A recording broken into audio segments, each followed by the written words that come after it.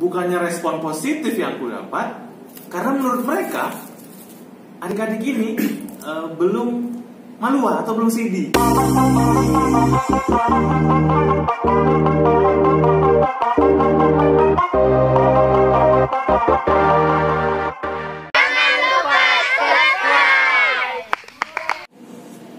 Jadi orang-orang kena musibah itu karena apa?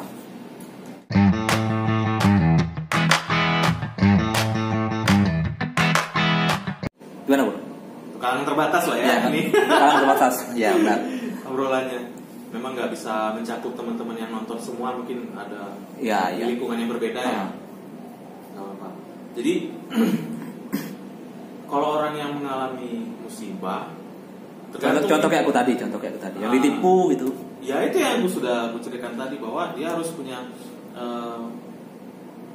dia sadari dulu dia siapa. Kalau dia orang percaya, tadi tanya orang percaya atau orang umum nih? Ya orang percaya. Nah kalau orang percaya ya itu bagaimana ya? Tapi nggak semua orang Kristen itu orang percaya. Ups. Ya iyalah. Nggak semua Kristen itu percaya. Semua juga kalau ngomongin itu, kita kan KTP di kalau agama di KTP kita kan gara-gara dari orang tua. Iya, agama bawaan. Iya, warisan. Jadi makanya kita nggak boleh menghakimi orang yang pindah agama atau malah tidak beragama ya, karena memang tidak otomatis mau percaya. Orang tua kita percaya kan kita belum tentu, atau sebaliknya orang tua kita tidak percaya kan boleh dong kita percaya. Jadi kembali ke yang tadi, memang pertanyaannya jadi harus spesifik nih, untuk orang percaya atau orang yang ber-KTP agama ya, belum tentu. Orang yang percaya deh kalau aku boleh. Orang yang sudah menerima Yesus Kristus sebagai Tuhan dan Juru Selamat. Ya. Aku yakin itu akan dibantu oleh Roh Kudus untuk dia menyadari itu, bro. Yang kemarin itu melalui aku, dan aku nggak bilang kalau aku lebih baik dari kau sehingga aku bisa mengingatkan. Enggak, aku pasti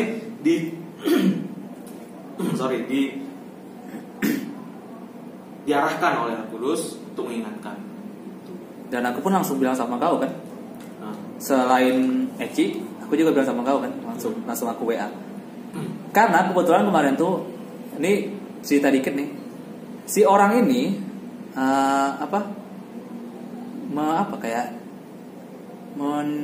mempalsukan datanya Bruno ya. beda kocak dah itu. Tapi nomornya bukan nomorku. Iya, tapi semua kontak Noel itu ada di dia. itu hebat ya, kecanggihan sekarang lah. Jadi sekarang dia pakai, tapi dia tidak pakai profile picture WA aku, dia pakai profile picture Facebook. Di Facebook malah, di Facebook. Nah itu. Kayak langsung buru-buru percaya aja ya. Iya. Ya masih beruntung sih kalau bahasa orang duniawi ya. Masih beruntung ya. Ya nggak seberapa sih memang. Cuman gedeknya itu kan. Ya.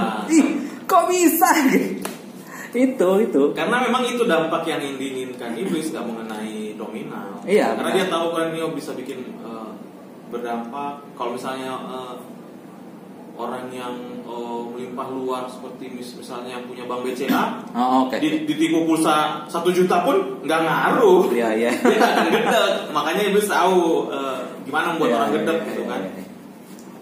Ya itu macam-macam. Kalau kayak aku yang diganggu pelayanan, karena iblis tahu fokusku ke pelayanan, jadi dia masuknya di situ. Sering diganggu pelayanan. Waduh, dari pertama datang 2015. Jadi dari 2015 udah ini agak melebar nih jadi cerita pelayanan.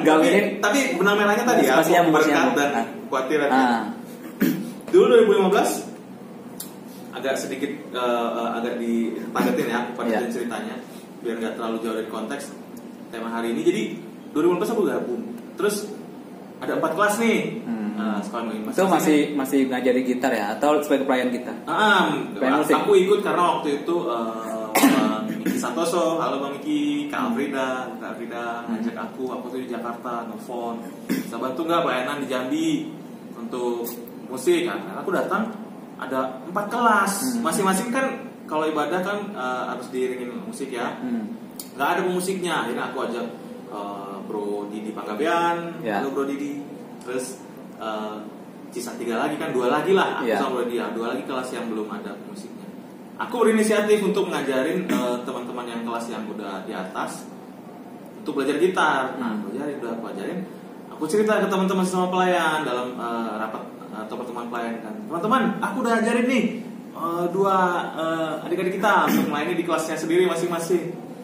Jadi seluruh kelas ini kita sudah ada pemusik, jadi ibadah bisa lebih baik. Bukannya respon positif yang aku dapat, malah yang mana aku nggak menyangka. Ini kan orang rohani semua nih dalam ruangan. Dalam tanda kutip ya. Katanya orang yang bertuhan tadi kan, makanya kita bahas tadi beragama atau bertuhan itu beda urusan. Itu menolak. Karena menurut mereka adik-adik ini belum malua atau belum CD. Jadi apa belum ya, boleh. Bahasa umumnya apa CD? Iya, lepas CD. Next CD ya? Next CD. Oke, terus. Bener, kalau malua benar juga. Malua tuh kalau di HKBP malua. Ya udah itulah, siapa tahu ada. Apa ya? Akil balik lah mungkin. Itu di usia 17, kurang lebih 17 tahun. Jadi ditolak. Logika kita kan kalau misalnya dia belum alasannya melayani. Cuma gara itu kan? Cuma hanya itu aja. Dan itu tidak ada di Alkitab. Dan itu pun bukan aturan gereja. Karena di gereja umum pun yang melayani anak-anak SD boleh atau SMP yang sudah bisa main alat musik. Jadi waktu itu aku kaget sampai terdiam aku loh. Ini satu orang atau banyak? Satu yang ngomong, diiyakan sama yang satu dan disepakati sama semuanya. Jadi kecuali aku sama Bro di Panggabean waktu itu. Kami berdua bingung. Ini di salah satu gereja ya? Ya, salah satu gereja. Oke. Jadi kaget loh.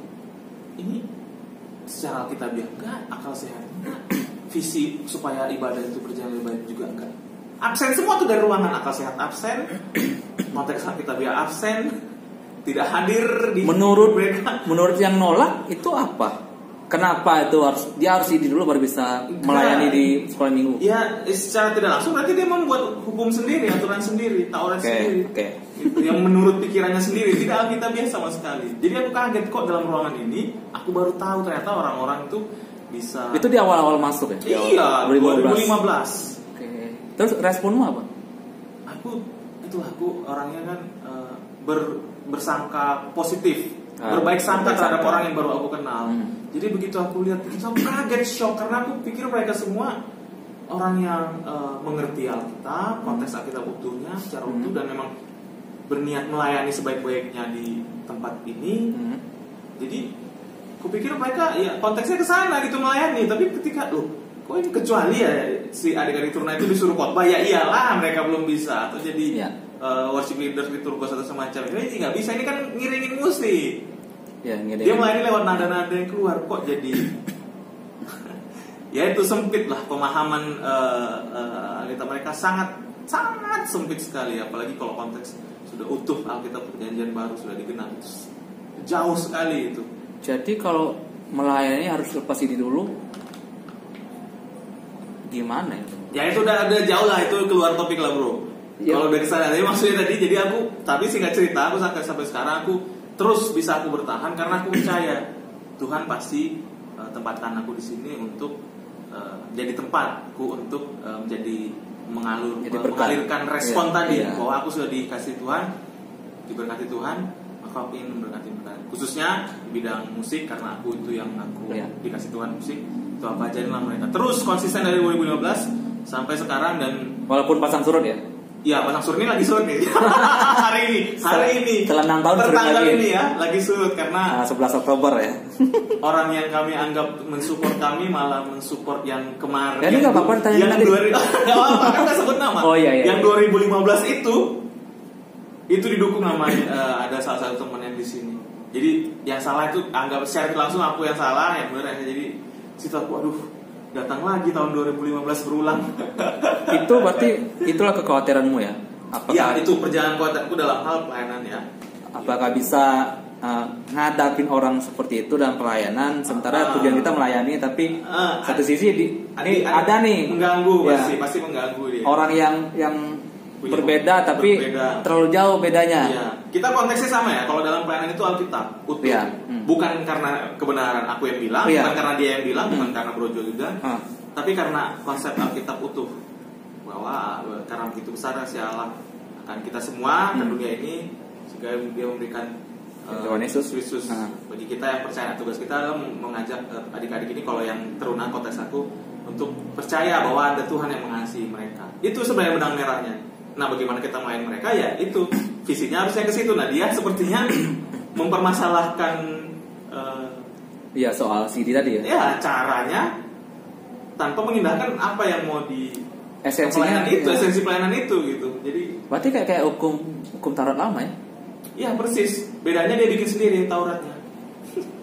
Kayak orang harus Taurat yang dulu itu kan harus sunat. Iya, itu Taurat yang bagi dulu kan haram diberikan kepada konteksnya pada bangsa Israel. Iya, saat waktu itu.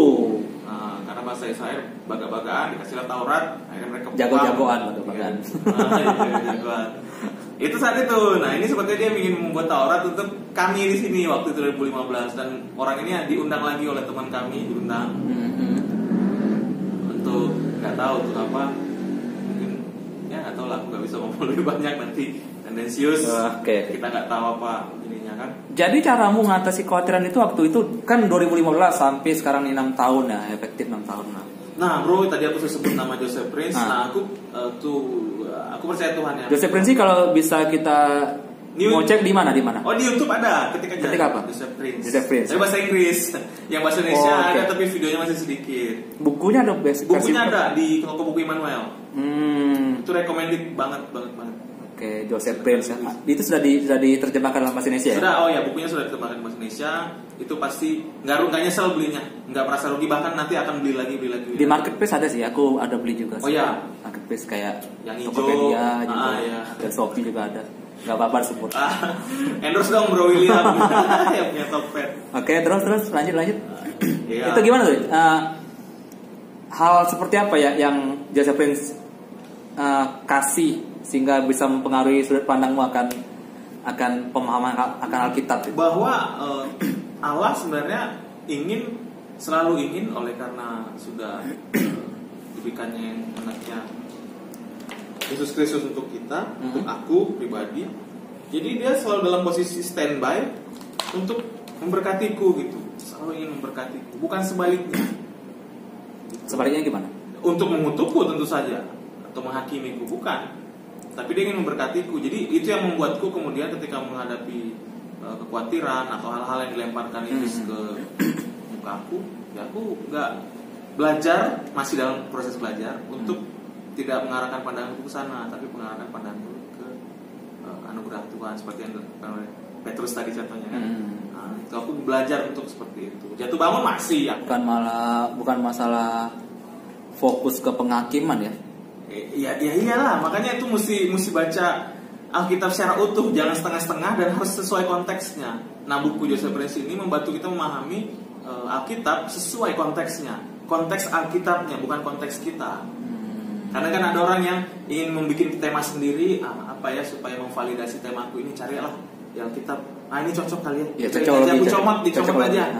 Dicomot dia untuk tema. Oh enggak seperti itu. Itu keliru kan? Ya. Mengeluarkan suatu cerita dari konteks itu sudah keliru dan kan sering kan orang bilang, nanti Tuhan marah. Bahkan guru-guru sekolah minggu pun, adik-adik jangan seperti ini, nanti Tuhan marah loh. Itu pendekatan yang dalam bahasa Indonesia, pendekatan negatif. Jangan. Sementara pendekatan positifnya adalah, ini kalau ngomongin psikologi ya di luar kita, psikologinya adalah ya sebaiknya seperti ini. Kamu ngelakuin ini bisa lebih cepat loh, kalau lewat sini lebih cepat. Alih-alih itu bilang nggak boleh sini, tidak boleh situ, itu jangan, nanti ini kamu marah. Kenapa nggak bilang misalnya adik-adik, kalau adik-adik tidak mencontek atau adik-adik tidak membuang sampah sembarangan, Allah senang loh. Dan malah itu secara arahkan ke yang positif. Iya, itu kalau secara psikologis. Tapi kalau secara Alkitab ya memang harusnya mengarahkannya ke kasih Tuhan kan, tadi kembali lagi konteks Alkitab yang bukan malah ke penghakiman. Iya, karena tidak ada. Aku lupa kemarin Joseph Prince itu ada khotbahnya ketika dia membaca buku Yesaya ketika di masa kecilnya. Itu kan ada di kitab Yesaya itu ditambahkan belakangnya itu dan penghakiman Tuhan. Tapi Tuhan Yesus membaca tidak sampai situ, terus bukunya ditutup. Itu artinya bahwa apa yang sudah Tuhan batasi, Tuhan Yesus baca seperti itu, ya kita jangan tambah-tambahin. Karena bagian itu nanti, ini ngomongin sekarang ya, end times, itu nanti, bukan sekarang. Nanti itu maksudnya? Nanti itu setelah masa apa namanya 7 tahun masa kesukaran apa nggak salah itu, ya itu kita udah rapture, udah diangkat ke surga, yang meninggal dibangkitkan ke surga, yang masih hidup dibangkitkan ke surga. Nanti baru yang tertinggalnya itu masa kesukaran, baru masa pengalihan. Dan itu bukan untuk kita orang percaya, jadi jangan dibawa ke sana. Yang bukan untuk kita kok malah ibaratnya ada yang barang yang bukan untukmu tapi aku bawa ke kau, kan keliru gitu loh. Yeah. Tuhan membawa anugerah buatmu, tapi guru sekolah minggunya malah membawa penghakiman buatmu, kan? Yeah, malah memberikan kekhawatiran. Malah iya, itu bukan saja itu yeah. Itu hal yang berbeda, itu salah gitu, tidak boleh sebenarnya, tidak alkitabiah lah kata yang lebih tepat. Gitu. Ini melebar nih topiknya. Gak apa-apa, masih satu benang merah. Iya. Wah, panjang sekali. Udah berapa menit nih bro? Udah 30 menit. Wih, gak bosan lu teman-teman. Jadi sekarang masih khawatir bro? Masih. Di dalam skala aspek sebelum kita tutup nih. Iya. Akan selalu ada kekhawatiran ketika ada sesuatu hal yang baru terjadi, masih khawatir, atau hal yang sudah berlarut-larut belum selesai masih ada khawatir. Tapi ketika khawatir datang, seketika itu juga kita diingatkan. Tuhan yang ingatkan, Roh Kudus yang ingatkan bahwa ada jaminan, ada garansi. Jadi jangan khawatir. Garansi dari Tuhan. Jadi masih khawatir nikah? Oh? Topik yang berbeda. Itu nanti kita bahas lagi. Oke, sampai jumpa di Gomos berikutnya. Dah, Tuhan memberkati.